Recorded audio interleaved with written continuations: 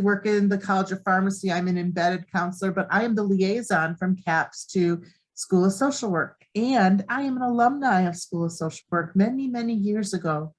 So I am proving proof that you can get a good job after you graduate from Wayne State. So that's one stressor you can cross off your list. So today we're going to talk about stress management. Stress is a normal, natural thing that we experience. And that's the one thing I want you to take away from this, is that stress is normal and that you're going to experience stress.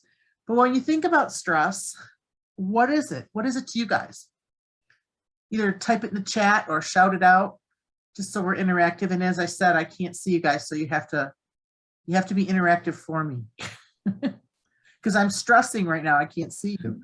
For me, I feel like stress feels very much like almost, it can be like like a recurring thought, like you have that one thing that it's hard to get started on, and then the worry and the spiraling thought can kind of, just can get overwhelming thought, I think is what comes to mind. Anwar said muscle spasm, and some folks said physical stress symptoms. Yeah, that's super real. So stress is a word that we often use interchangeably with anxiety, because the symptoms of stress and anxiety are very much the same, and we experience them in the same way. And both of them are what we call automatic responses to danger. They're a remnant of our feelings and the ways that we dealt with danger when we were cavemen in order to keep us safe.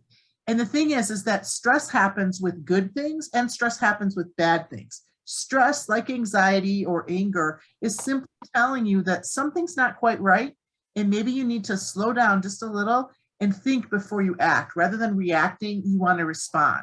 So you want to keep those things in mind.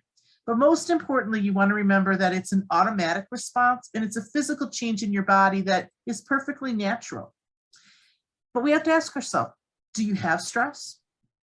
And what causes your stress? Stress can come from discrete events. It can come from ongoing long-term things.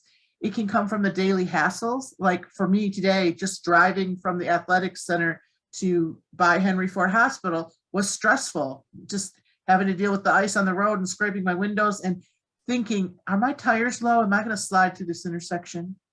What things are just daily stressors for all of you?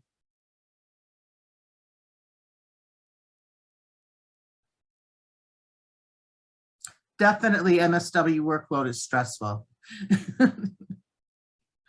School, internship. Sometimes it can be simple everyday life experiences, like having to get dinner ready for your family while you have to study and while you have to get stuff ready for your practical experience. So it can be anything. Anything can equal stress.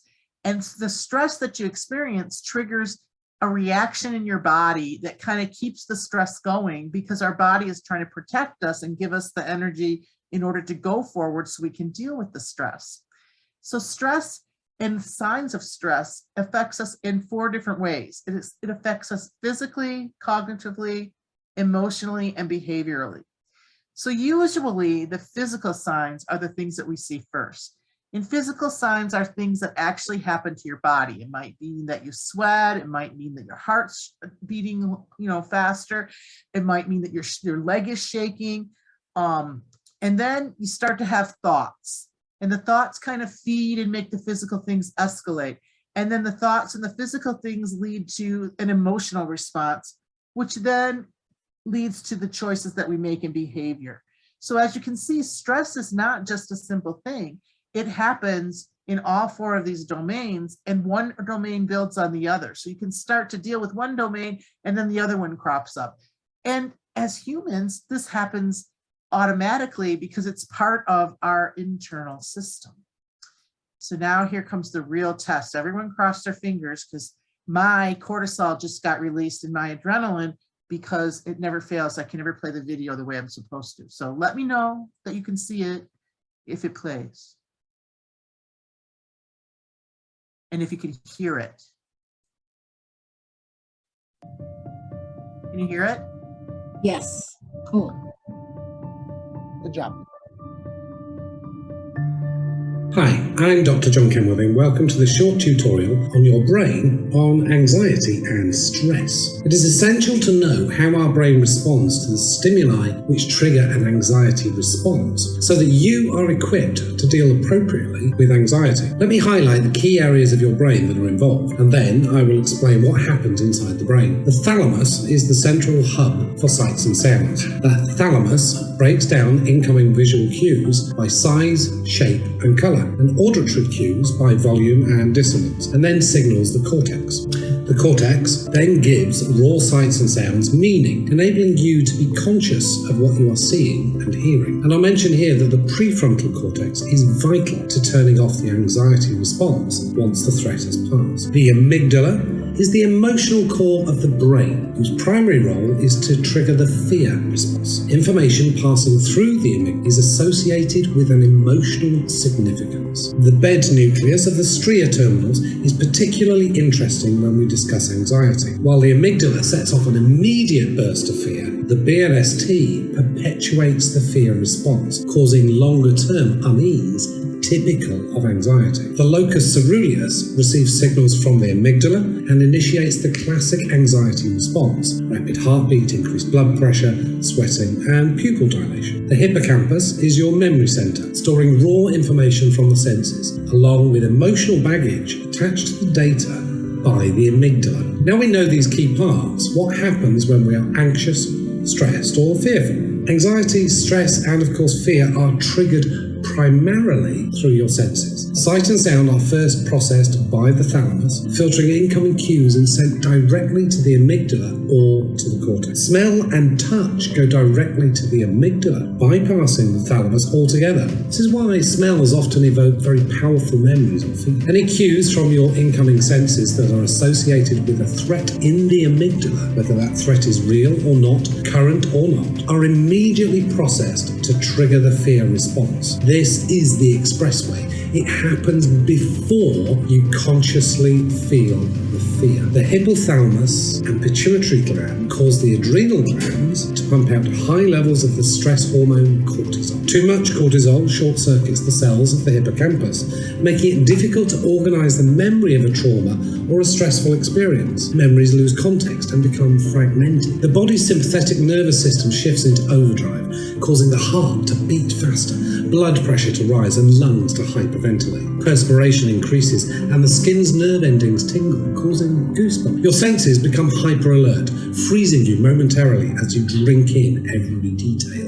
Adrenaline floods to the muscles, preparing you to fight or run away. The brain shifts focus from digestion to focus on the potential dangers, sometimes causing evacuation of the digestive tract through urination, defecation, or vomiting. Heck, if you're about to be eaten as someone else's dinner, why bother digesting your own? Only after the fear response has been activated does the conscious mind kick in. Some sensory information takes a more thoughtful route from the thalamus to the cortex. The cortex decides whether the sensory information warrants a fear response. If the fear is a genuine threat in space and time, the cortex signals the amygdala to continue being on alert. Fear is a good, useful response essential to survival. However, anxiety is a fear of something that cannot be located in space and time. Most often, it is that indefinable something triggered initially by something real that you sense, but that in itself is not threatening, but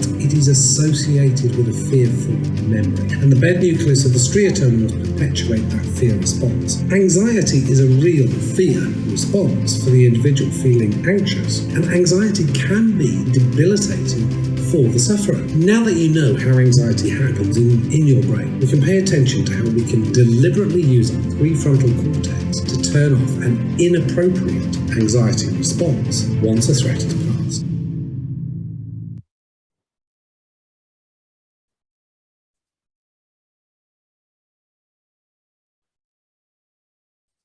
So what I think is really important to take away from this is that this is an automatic physical reaction that causes stress and anxiety. It's something that's happening in our body, and no matter what we do, it's going to happen in our body. But there are things that we can do to slow the process down. Like, for example, when all of that goes on, it triggers that our body releases cortisol, releases adrenaline so that it can protect us from whatever the threat is. The thing is that that's happening before we actually deal with the threat. And so if we can slow down that reaction, we can slow down the impact of the trigger or the stimulus of the anxiety and stress so that you can deal with it. So what we call that is, I'm sure you've heard of it, is the fight flight reaction. And the fight flight reaction traditionally has had fight, flight, or freeze. So there's 3 different areas. Recently, people have added in the fight, the flight, the freeze, the flop, and the, I don't know, fawning is what I like to call it. So the fight, that's pretty well explanatory. When you're having stress and anxiety, that's the reaction where you feel like you have to fight to take care of yourself. The flight is that you want to run away from the perceived threat. Many of you have wanted to not show up and not be in a class because you have so much anxiety about giving a speech. Anybody? Patti, I think your slides are not showing up right now. Yep, I deliberately took them down. Just double checking. Yeah, I obviously don't have much issue public speaking, but I definitely know the flight response in terms of showing up to a meeting, feeling really busy. Sometimes you're so thinking about what you have to do afterwards. Sometimes I can find it hard to be present in the current meeting. So I think it's really, important to, center, like you said earlier. So, and the freeze response, that's the deer in the headlight response, where you're just stuck there looking, something's coming at you, you have anxiety or you're stressed, but you can't take any action. Then the new one is the flop. That's the person who falls down on the ground and faints and can't do anything. And then there's the fawn, and that's the person who perceives that they're in danger and there's a threat to them, but they decide to just placate that danger so that the danger doesn't hurt them. So any of those 5 things can happen when we trigger the amygdala to react to the threat. And that impacts us throughout our whole body. For example, when the flight response is activated, you're sending out all this adrenaline and all this cortisol and extra glucose. So if, let's say, you're a diabetic, your blood sugar is going to go up. It also is going to impact your ability to fight off disease because your body's trying to protect you from a threat rather than protect you from an internal illness. So for the last 2.5 years, we've all been dealing with a threat. Anybody know what that threat might be?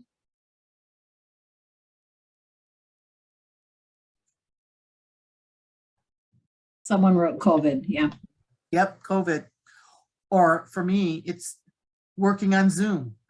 Okay, so there's different aspects to it. The idea that I have to do a presentation on Zoom and I might not be able to, get the video to work triggers that response of the fight flight response, triggers my hippocampus. It starts releasing the adrenaline and the cortisol. My blood sugar goes up, my heart's beating, and now I'm likely to get sick because I had all this stuff going on. So paying attention to when you're triggered and what kind of responses you have is really important. And there's ways to slow that reaction down.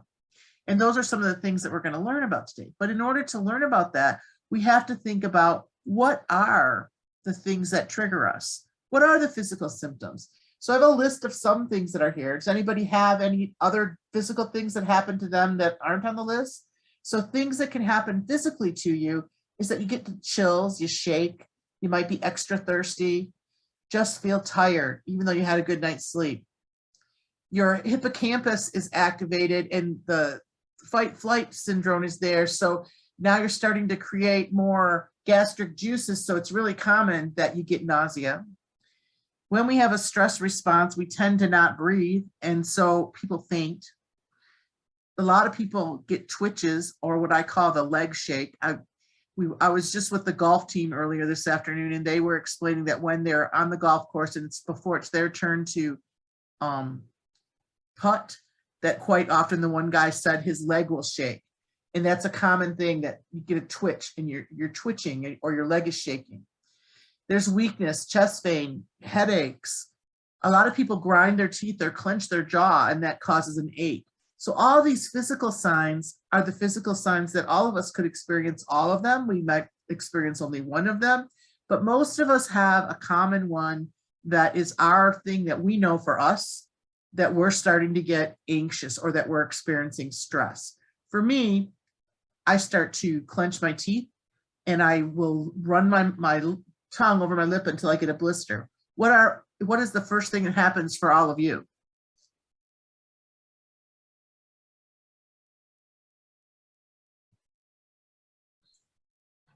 Faster heart rate and sweating. Butterflies and sweating.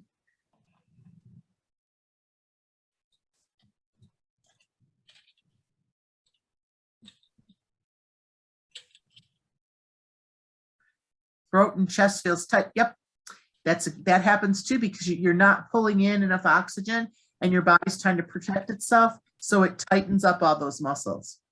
So it's important to be familiar with yourself and know what happens. Being unable to fall asleep is also a common one, which is kind of tied to how it goes into the next symptoms that we look at, the thoughts that play in our head. Because usually someone who's struggling with stress who can't sleep, if part of it is because they can't turn their mind off. Their mind is going round and round and round, and thoughts are circling. So if with all that, our immune system gets impacted, and this last 2 years has really taught us that being able to take care of our immune system so we take care of ourselves is really important. When we're under stress chronically or habitually or just with everyday stress, our white blood cells act differently, and they think that our body is ill when it's not ill if we're constantly going into protective mood. We have the brain producing symptoms that mimic fever, like sleepiness, like no appetite, like feeling sick to your stomach, and just the basic flu symptoms can happen when you're struggling with stress. So events like exams, new clinical rotations, relationship changes, those all trigger that immune system to fight off intruders, because the intruder is stress. So as we look at chronic stress, we have to remember that it alters the function of the central nervous system, which can affect the rest of the body. Cortisol is overproduced, which means our body is kind of like, instead of running on regular gasoline, it's running on jet fuel, and eventually it burns out. And then inflammation occurs in many of the muscle groups, like the muscles along your jaw. If you're making a fist with your hands because you're stressed, the inflammation can be there. Inflammation happens in our neck and in our shoulders, and it just kind of adds on to the whole stress reaction. Does anybody have any specific area where you get impacted by stress physically? Where you know your muscles are affecting you? Do you clench your hands? Do you clench your teeth? Neck, yes. The neck is a big one.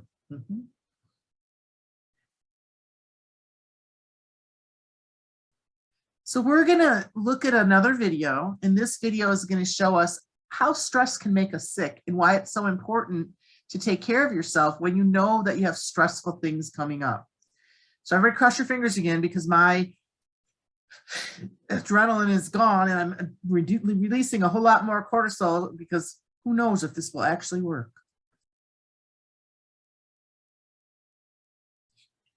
To do. Stress is a feeling we all experience when we are challenged or overwhelmed. But more than just an emotion, stress is a hardwired physical response that travels throughout your entire body. In the short term, stress can be advantageous, but when activated too often or too long, your primitive fight or flight stress response not only changes your brain, but also damages many of the other organs and cells throughout your body. Your adrenal gland releases the stress hormones cortisol, epinephrine, also known as adrenaline, and norepinephrine. As these hormones travel through your bloodstream, they easily reach your blood vessels and heart. Adrenaline causes your heart to beat faster and raises your blood pressure, over time causing hypertension. Cortisol can also cause the endothelium, or inner lining of blood vessels, to not function normally. Scientists now know that this is an early step in triggering the process of atherosclerosis, or cholesterol plaque buildup in your arteries. Together, these changes increase your chances of a heart attack or stroke. When your brain senses stress, it activates your autonomic nervous system.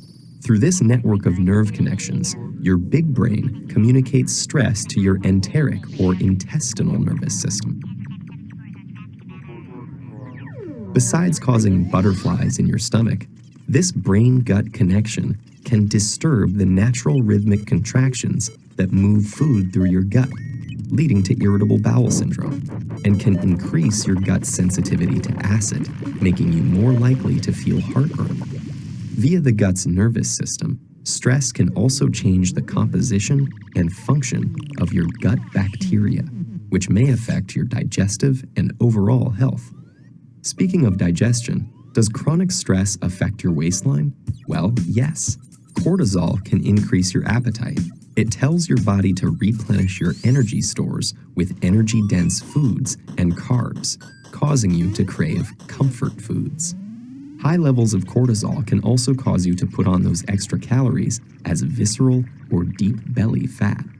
This type of fat doesn't just make it harder to button your pants. It is an organ that actively releases hormones and immune system chemicals called cytokines that can increase your risk of developing chronic diseases, such as heart disease and insulin resistance. Meanwhile, stress hormones affect immune cells in a variety of ways.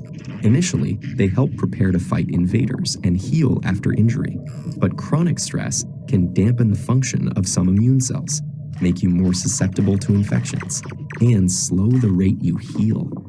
Want to live a long life? You may have to curb your chronic stress. That's because it has even been associated with shortened telomeres, the shoelace tip ends of chromosomes that measure a cell's age.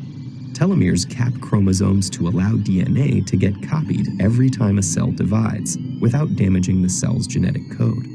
And they shorten with each cell division. When telomeres become too short, a cell can no longer divide, and it dies. As if all that weren't enough, chronic stress has even more ways it can sabotage your health, including acne, hair loss, sexual dysfunction, headaches, muscle tension, difficulty concentrating, fatigue, and irritability. So, what does all this mean for you? Your life will always be filled with stressful situations, but what matters to your brain and entire body is how you respond to that stress. If you can view those situations as challenges you can control and master, rather than as threats that are insurmountable, you will perform better in the short run and stay healthy in the long run.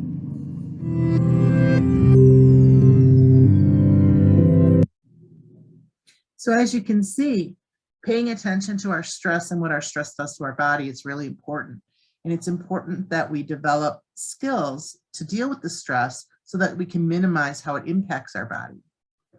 So stress can also affect our cognitive functioning, not just our physical body, because the presence of all these hormones, I like to think of it, it's kind of like a cloud that kind of goes into our brain and impedes your ability to kind of process information and the brain's ability to send information. And here we are in an academic setting, and you guys are in grad school. You have to be able to filter information and send information back and forth and remember things. And stress ongoing, whether it's positive stress or negative stress, impacts our ability to filter information and to send information where we need to be able to retrieve it again. It also decreases the quality of sleep that we get, and then your brain is functioning from that fog so that you can't rest. And now you've got all these things going on, your emotional reactivity goes up, and you're not able to function in a way that's going to be effective. And you're worrying and maybe spinning thoughts through your head as you're sleeping, which then impacts your ability to retain information after you've been studying for 3 or 4 hours. So all these things impact our cognitive functioning and make it really more important that we address the stress and we find a way to cope with it. Cognitive stress can impact your memory, your ability to concentrate. It also impacts your ability to make decisions, And if you're in a level of academics that's involves critical thinking, that can be a problem. It also clouds our vision. Like I said, it makes you foggy, so it makes it hard to see the positives. And many people, when they're struggling with stress, can only see the negative in a situation. And that's fueled by constant worrying or maybe anxious and racing thoughts. The ability to think abstractly gets impacted. You develop poor problem-solving skills if it's ongoing stress, and just difficulty in identifying objects. I know for me, when I'm under stress, I have word retrieval problems where I know what something's called, but I can't quite call what it is because the stress is impacting my ability to process information. Many people become confused, and they also have thoughts and memories of other times that they were stressed that interfere with their ability to cope with the stress as new stress situations develop. So it's cumulative, and it is building. And every time you get in a new stressful situation, it takes you right back to that previous stressful situation, and all that stuff piles up and makes it harder and harder to be able to cope. So it's important to think about, what are your signs of cognitive stress? Does anybody have any that you know you deal with specifically?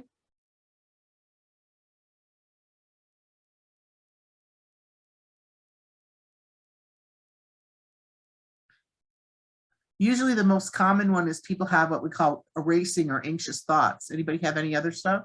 Racing thoughts and constant worry. Yep. There it was. It always comes first. Trouble focusing. Oh, that's a good one. Mind goes blank. Yep. It's just kind of like you're in that deer in the headlights mode of the fight flight where you just can't think of anything.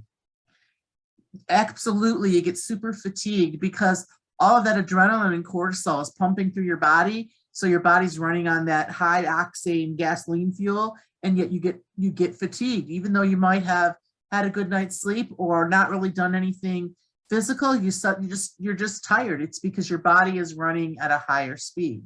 So you want to keep all those things in mind, because all these things, the physical signs and the cognitive signs, lead to the emotional signs of stress. And emotional signs of stress could be that you're just plain panicked. It could be that you're anxious and you're agitated. A really common one is that people are very irritable when they're stressed. They're snapping at other people. Sometimes it's just feeling apprehensive, like, oh, I don't think I want to do that. I can't do that. I'll never make it through that. And that kind of runs in your head over and over. A really common sign that you're dealing with stress is that you feel overwhelmed. And that kind of lends on to a kind of a hopeless feeling. But a most common one for people in grad school is that you get imposter syndrome. You start to question whether or not you really belong in grad school where you are.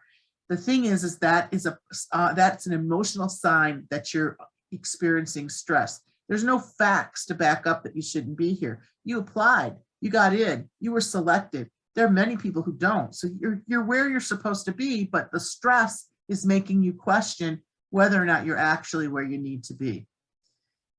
Which leads us to what we do in behavior.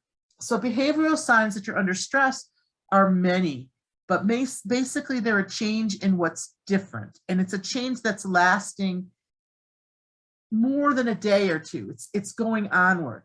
Many people withdraw. Some people have difficulty sleeping. There's a change in their sexual behavior, changes in attendance. Oftentimes people stop going to class, or they change their location where they sit in class. Maybe a change in speech patterns. Somebody who normally answers questions in class might stop asking questions in class. Just a change in your social activities. Some people socialize more, some people socialize less. So any of these behavioral signs can be a sign that you're struggling with stress. And there's one on here that's very common among grad students. Any ideas what it might be?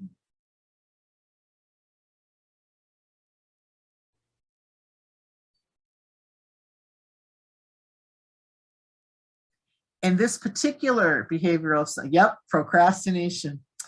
This particular sign of behavioral sign of stress actually is awful because it adds to your stress, because now you're procrastinated and you haven't got things done. So now you have more stress. So now your body is releasing more hormones to deal with the stress to keep you protected. And then you develop more behaviors that add to it. And then your organizational skills go out the window. So each different sign of stress, if you don't address it, can lead you to more. So we're going to do a little bit of an activity. I'm going to stop sharing for a minute and possibly mouse cooperate. I'm going to put in the chat a link to what I'm going to use, but you can feel free to either pull it up or not pull it up. We are going to take a life change index scale. You're all going to fill it out. You can either go to the one that I am putting in the chat, or if you have a piece of paper, I'm going to read off each thing and give the directions, and you're going to use your math skills to total up what your score might be. I don't know, Patty. Social workers have a tenuous relationship with. I think we'll manage. Okay, so I'm going to read off an event, and I'm going to tell you the number, and you're going to multiply that number by the number of times this event has happened for you in the last 2 years. Okay, so everyone understand? I'm going to read off an event. I'm going to give you a number, and you're going to multiply that number by the number of times this event has happened to you in the last 2 years. Okay, so you're going to total up all of your scores for all of the events to get your final score. So number one is the death of a spouse or partner, and the score for that is 100. A divorce or a breakup of a significant relationship, and you multiply the number of times 73. A marital or long-term relationship separation times 65. Going to jail times 63. The death of a close family member, 63. Personal injury or illness, multiply the number of times you had that in the last 2 years times 53. If you got married in the last 2 years, you multiply that times 50. And if you got married more than once, then it's 2 times 50. Okay. If you got fired from work or lost your job, times 47. You got back together with your spouse or significant other, you multiply that times 45. You retired or left a job because you were doing something new, you multiply that times 45. The change in the health of an immediate family member, the number of times and the number of people, you multiply times 44. If you were pregnant in the last 2 years, multiply that times 40. And that includes for men too, if your partner was pregnant. If you had sexual difficulties in the last 2 years, you multiply the number of times you had the sexual difficulties times 39. If you gained a new family member in the last 2 years, the number of times you gained a new family member and the number of new family members, you multiply times 39. And that includes a dog or a cat or a fish, a pet, because there are family members. A business readjustment times 39. The death of a close friend times 37. If you change to a different line of work, you multiply that times 36. If there was a change in the number of arguments you've had with your spouse, you multiply that times 36. Oh, and here's a big one. common to many social workers in school. If you took out a mortgage or a loan in the last 2 years, you multiply that times 30 for each loan that you took. A change in your responsibilities at work, you multiply that times 29. A son or a daughter leaving home, you multiply times 29. Trouble with your in-laws, times 29. Here's one that many people don't think would cause stress, but it does. Receiving an outstanding personal achievement award. You multiply the number of awards you received by 28. If your spouse started or stopped work, you multiply that, the number of times that happened, by 26. If you began or ended school, you multiply each time you began or ended school by 26. So if 2 years ago you were ending your bachelor's and now you started your master's, that would be 2 times 26. A change in your living conditions, meaning that you moved. The number of times you moved, you multiply that times 25. A revision in your personal habits. So for me, I would have to multiply that at least times 1 because I was going to the gym every day right before the pandemic started. When the pandemic started, my gym closed, and then I stopped going to the gym every day. So that was a revision in my personal habits, not necessarily a positive one. But let's say you introduced eating healthy, like eating green vegetables more. That would be a revision in your personal habits. So you would multiply that times 1, times 24. Trouble with your boss or your supervisor, you multiply times 23. A change in work hours or conditions.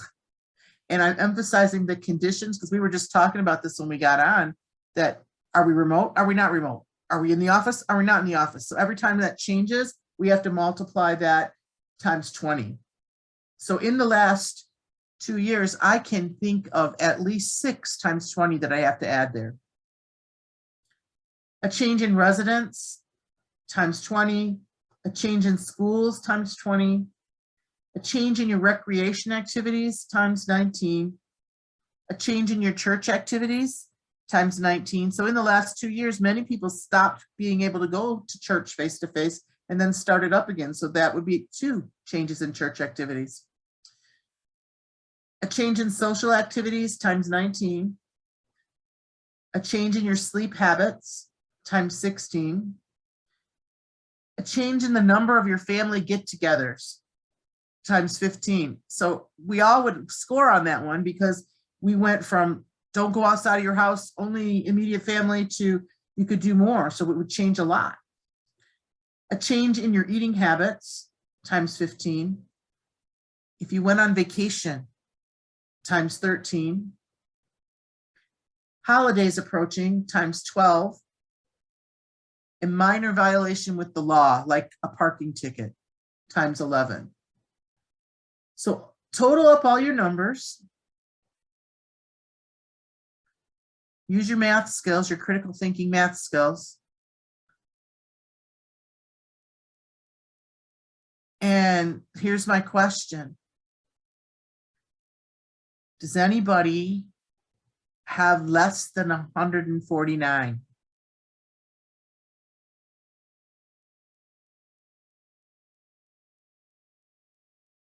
Yes, no?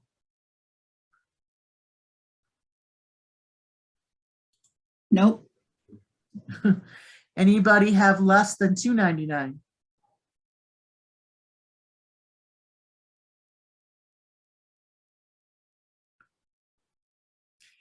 Does anybody have over 300?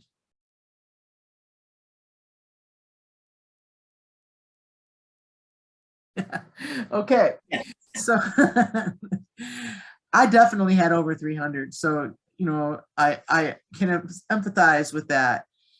So when we look at that, that means if you're between 0 and 149, you have a low stress level and you're less likely to develop illnesses related to stress. If you're between 159 and 299, you have susceptibility to stress-related illnesses. But if you develop and learn some relaxation techniques, you can quickly turn that around. But if you're over 300, you're definitely struggling with stress. So if we look at this, all of us are in this 300 and over category, and we need to really look at how we're dealing with stress and start to implement some changes so that we do take care of ourselves and make sure that we're managing our stress. But how do we do that? Well, first off, you have to identify what triggers your stress and be honest with yourself as to what triggers your stress. So what are some of the things that triggers stress for all of you?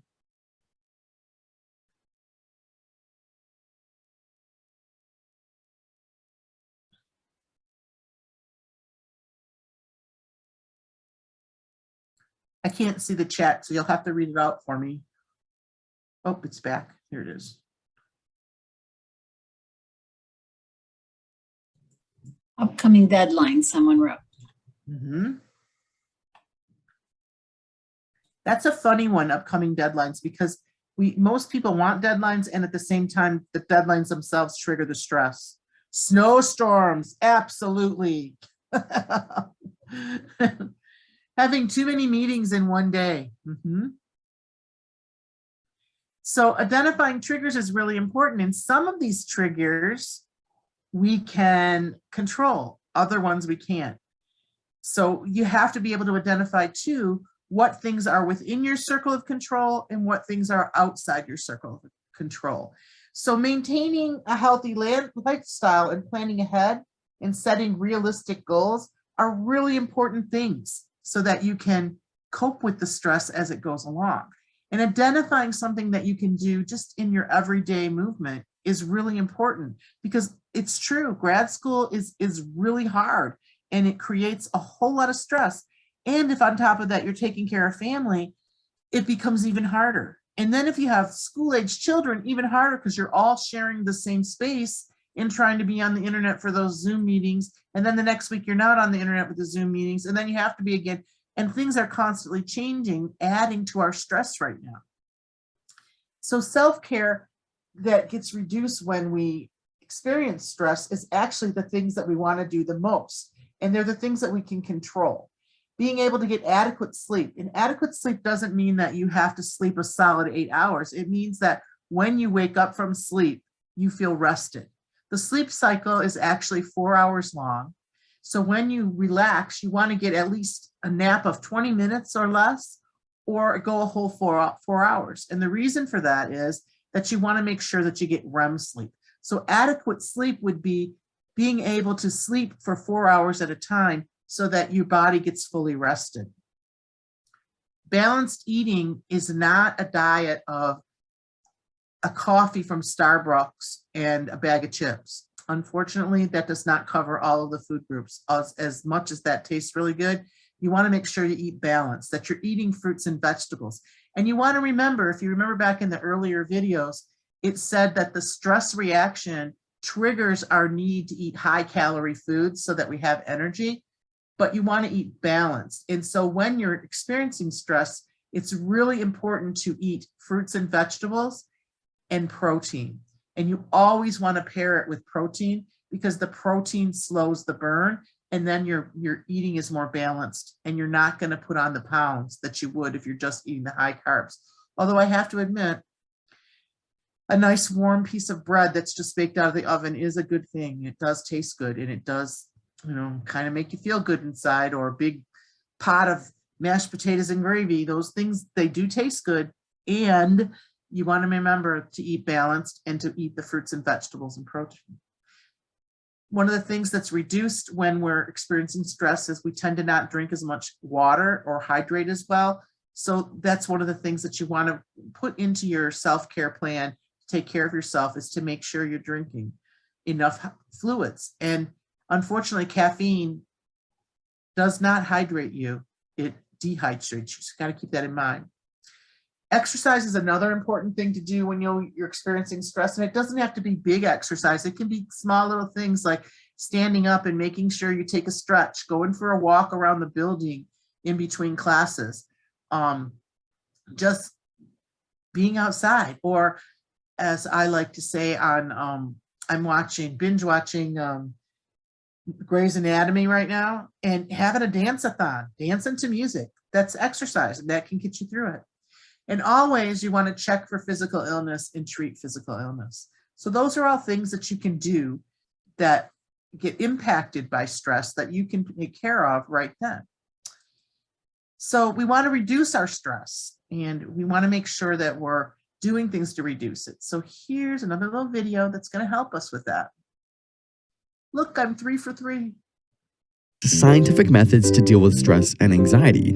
How can you genuinely relax your mind and body? They say laughter is the best medicine. Turns out it's also the stress medicine. When we laugh, our oxygen intake increases, stimulating the release of endorphins. Studies even show that simply waiting to see a funny movie can increase beta endorphin levels by 27% and decrease stress hormone levels in the bloodstream. After a hilarious film, participants had lower levels of the stress hormone chromogranin A in their saliva. And while you're at the movie, why not make out with someone? It decreases cortisol and increases oxytocin from the pituitary gland in the brain, creating feelings of attachment, bonding, contentment, and security. Study participants who kissed their partners regularly over 6 weeks had lower blood cholesterol levels. Of course, some chewing gum might help your breath, but a Japanese study also found that those who chewed twice a day for 2 weeks increased their feelings of well-being. Other study participants who chewed gum while being subjected to a stress-inducing task also showed lower levels of cortisol in their saliva than those who didn't have gum, and not because of the ingredients in the gum, but simply from the act of chewing, known as mastication. This repetitive motion is directly related to increased activity in the cerebral area of the brain and relaxation. Time spent in nature or even a simple houseplant can lower stress levels too.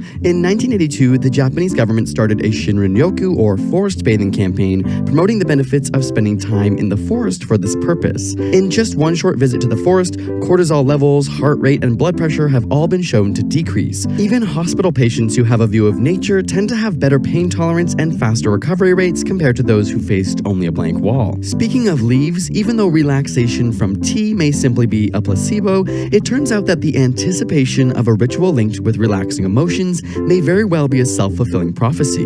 In other words, if you're mentally preparing yourself to relax with your favorite calming tea or relaxing scented oils, our brain is primed to slow down and can actually influence well-being. The amygdala in the brain is responsible for emotional control and is directly connected to our olfactory system. Inhaling a candle scent reminiscent of a happy childhood time, like warm apple pie, may very well help us relive those memories, creating a better mood. Music can have a similar effect. Songs with 60 to 80 beats per minute but no lyrics have been shown to reduce stress even in patients who have undergone various types of surgeries.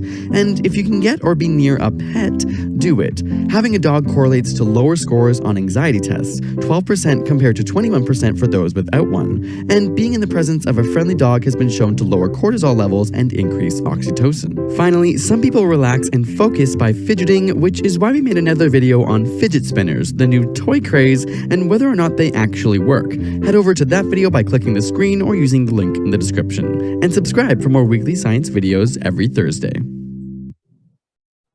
So as you can see, there's lots of things that we can do that can help with our stress levels. Laughter is the #1 thing. So if you can, we're going to try something right now. We're going to see how it works. If you can put your camera on while we're all here together so we can see each other, because the key that makes this little exercise work is that we have to see each other. So if you can put your cameras on, that'd be great.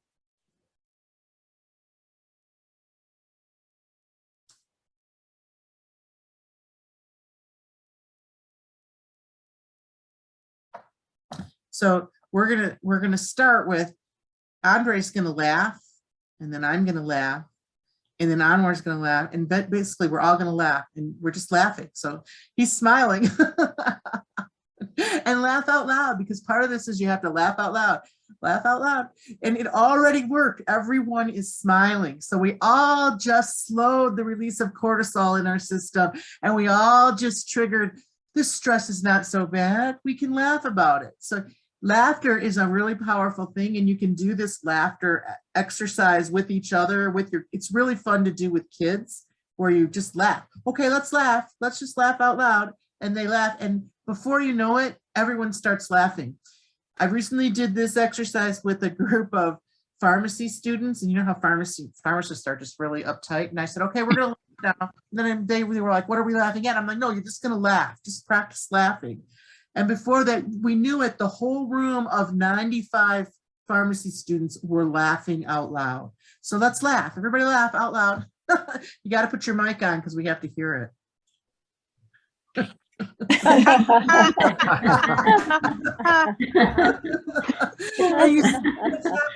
You gotta be kidding. It's a really good tool that they introduced you. So you don't have to go to the movies. You can practice laughing with your family and your friends. So that's one little skill that you can take away that you can do from time to time. The other one is, and it's funny because you know, I always got told don't carry gum or don't chew gum. And this video is suggesting keep a pack of gum in your backpack so that when you're starting to feel stressed, start chewing that piece of gum and it will lower your stress levels. Just the most important part of this was near the very end though, when he talked about drinking tea. And the cope ahead skill is the most important thing that we can use, where you cope ahead. Most of us know when we're entering a situation that has stress for us. So cope ahead. Think about what you're going to do to relax yourself. And just the act of preparing to relax triggers the reaction within your body to slow down that release of adrenaline, the release of cortisol, so that the stress doesn't control you. You manage the stress. So those are just a few. We got a few little more to go through. Let me see if I can reshare. My mouse is not cooperative.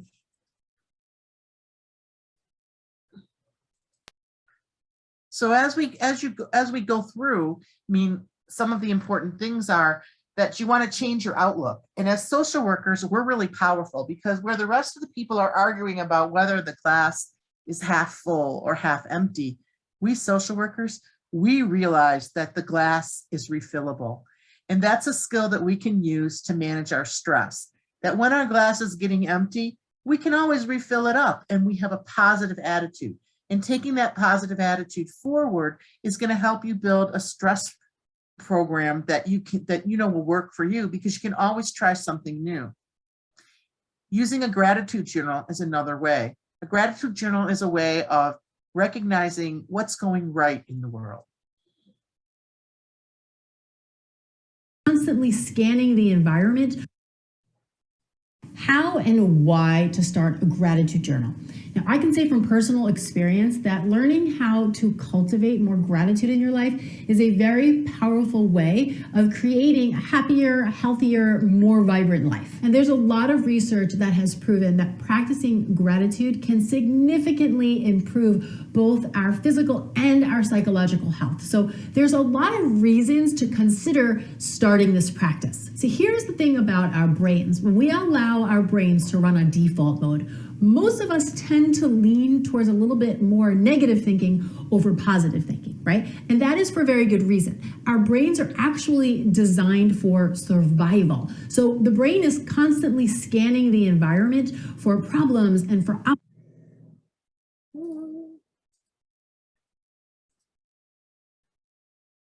constantly scanning the environment for problems and for obstacles, and it does that with the intention of keeping us safe and protected and out of harm's way. But for most of us in today's day and age, we are no longer in a constant state of possible danger, right? We're no longer living on the plains and needing to hunt for food and needing to protect ourselves and our family from the elements of nature or from wild animals, right? So what happens is the brain goes around looking for problems that really are not problematic. So it then becomes our job to help our brains to relax and consciously, intentionally look for the good. So that practice becomes more habitual than allowing our minds to default to the negative mode.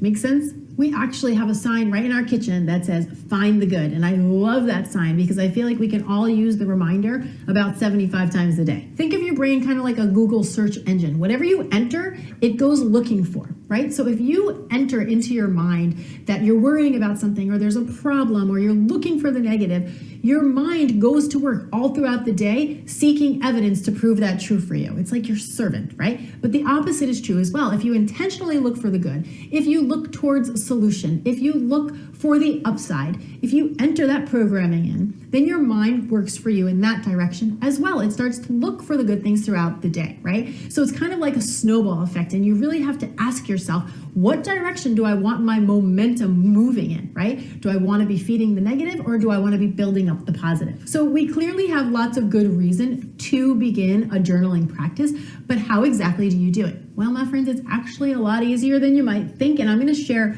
my favorite way of doing it. So step one, you have to pick your medium. What are you going to be journaling in? Do you want a notebook? Do you want a beautiful journal? Or are you somebody who likes to do things digitally? Do you want to do it on your phone? I mean, I personally recommend pen and paper, but at the end of the day, you got to pick whatever it is you're actually going to do and stick to. So first ask yourself, where do I want to keep this journal? The second question you want to ask yourself is, when are you going to take the time to journal? Is it something that you want to do every single day? Is it something that you want to visit every few days? Maybe it's you do it once on the weekend. That decision, again, is up to you. You want to pick something that you're going to be able to commit to.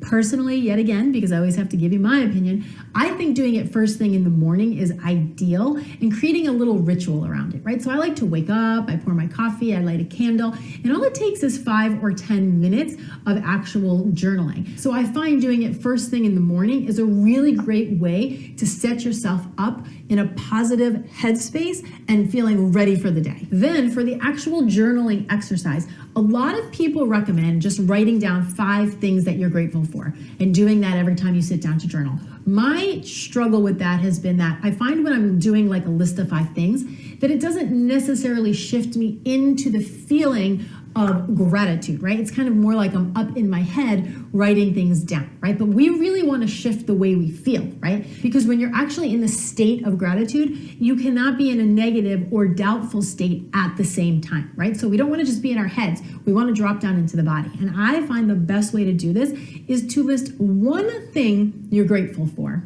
and then 5 reasons why you're grateful for that thing.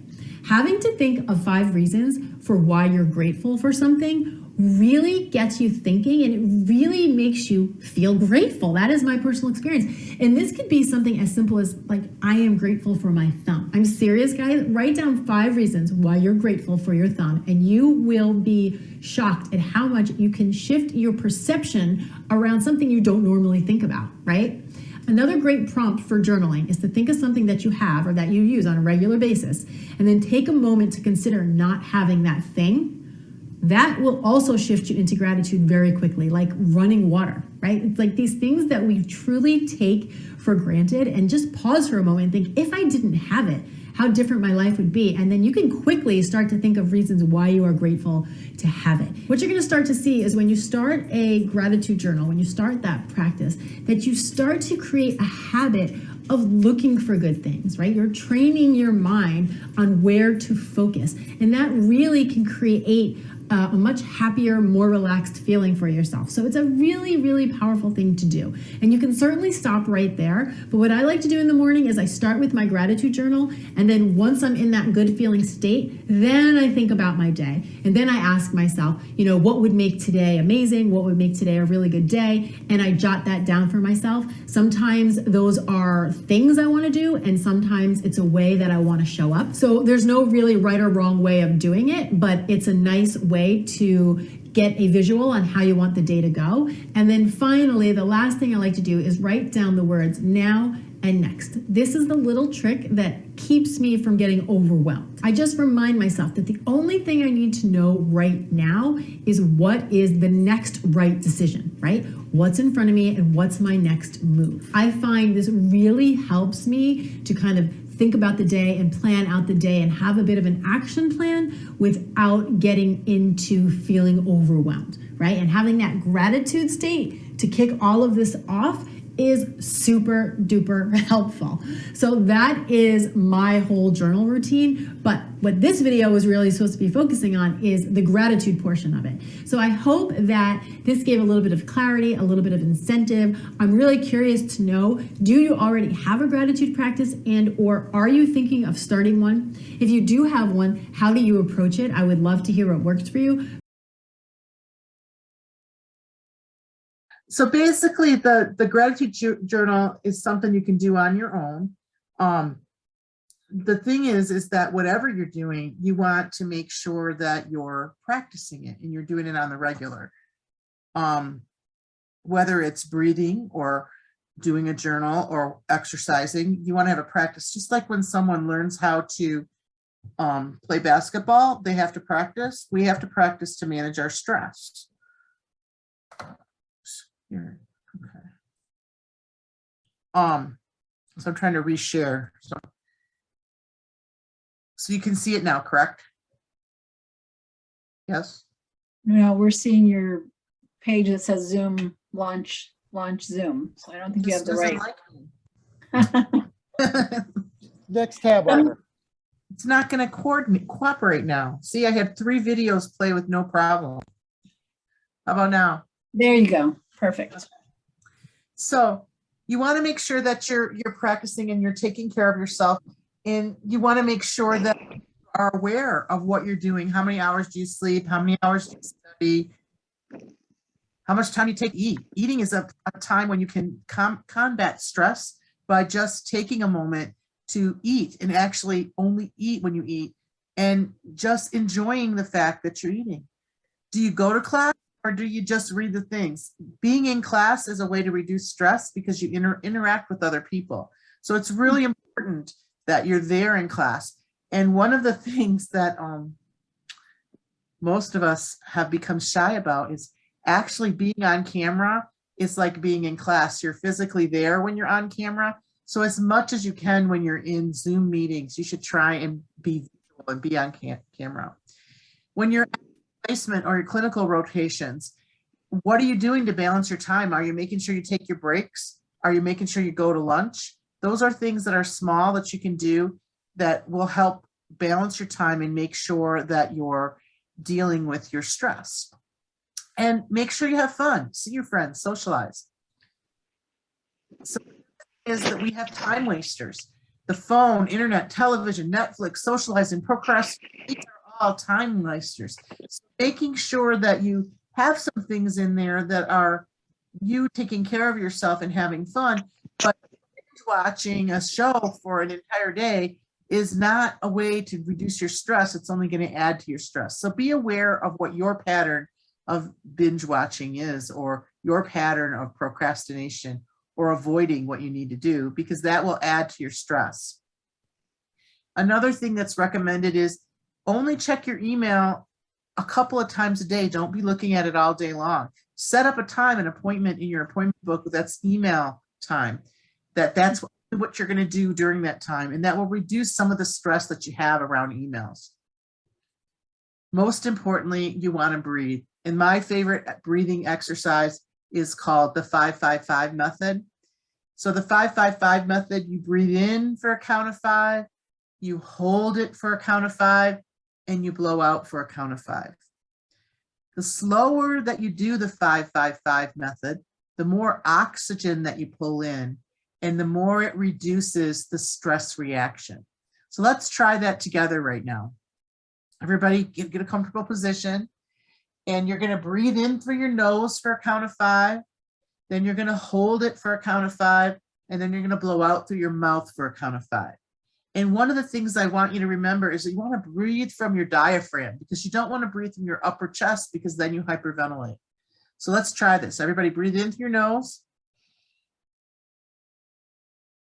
And then hold it. And blow out through your mouth.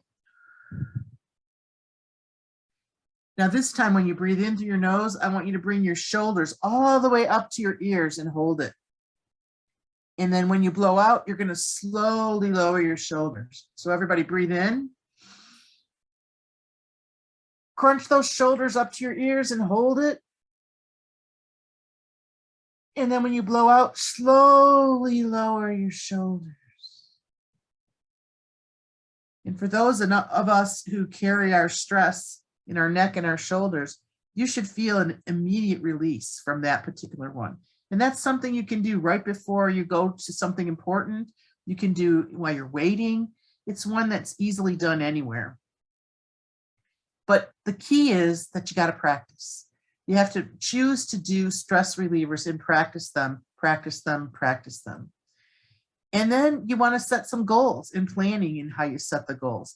Be aware of what your goals are for this semester, what your long-term ones are and your short-term ones, and identify things that are achievable for you to get things done. Don't put on that you're going to do the whole thing. Break it down into steps so you can see the progress as you go. Identify what things you want to change, be realistic, have a plan, and share your plan and what you're planning to do with other people so they can hold you accountable and encourage you to get your goals done. And prioritize. Make sure that you only put on your list of things to do, things that are actually important to you, not things that you know you're not really going to do. And one of the ways that you can actually make yourself feel better around stress is have a feel better plan. Identify your 3 symptoms and then identify things you can do to cope with these symptoms. So earlier we identified, some of us said that we have a racing heart, that we have stress. Identify what your symptoms are around stress, and then identify 3 things you can do to cope with that. So if we go with shaking hands, what's something that you could do to cope with shaking hands? It's easy. One thing you can do for shaking hands is, we can all do it right now, is take your hand, if your hand is shaking, and spread it out like the full 5 fingers and put it on the table and take a deep breath in. Ground your hand to the table and the shaking will stop. So that's something you can do anywhere. But identify what your symptoms are and then identify the things you know that work to help you reduce those symptoms. So we went over a whole lot in a crammed in session for an hour and a half. We talked about what stress is. We talked about what causes stress. We talked about how stress affects the body and the mind. And we talked about some ways to reduce stress, one of which is comedy and humor, which triggers the opposite reaction to stress. So it's important to do those things. So that concludes the presentation. Thank you for having me here.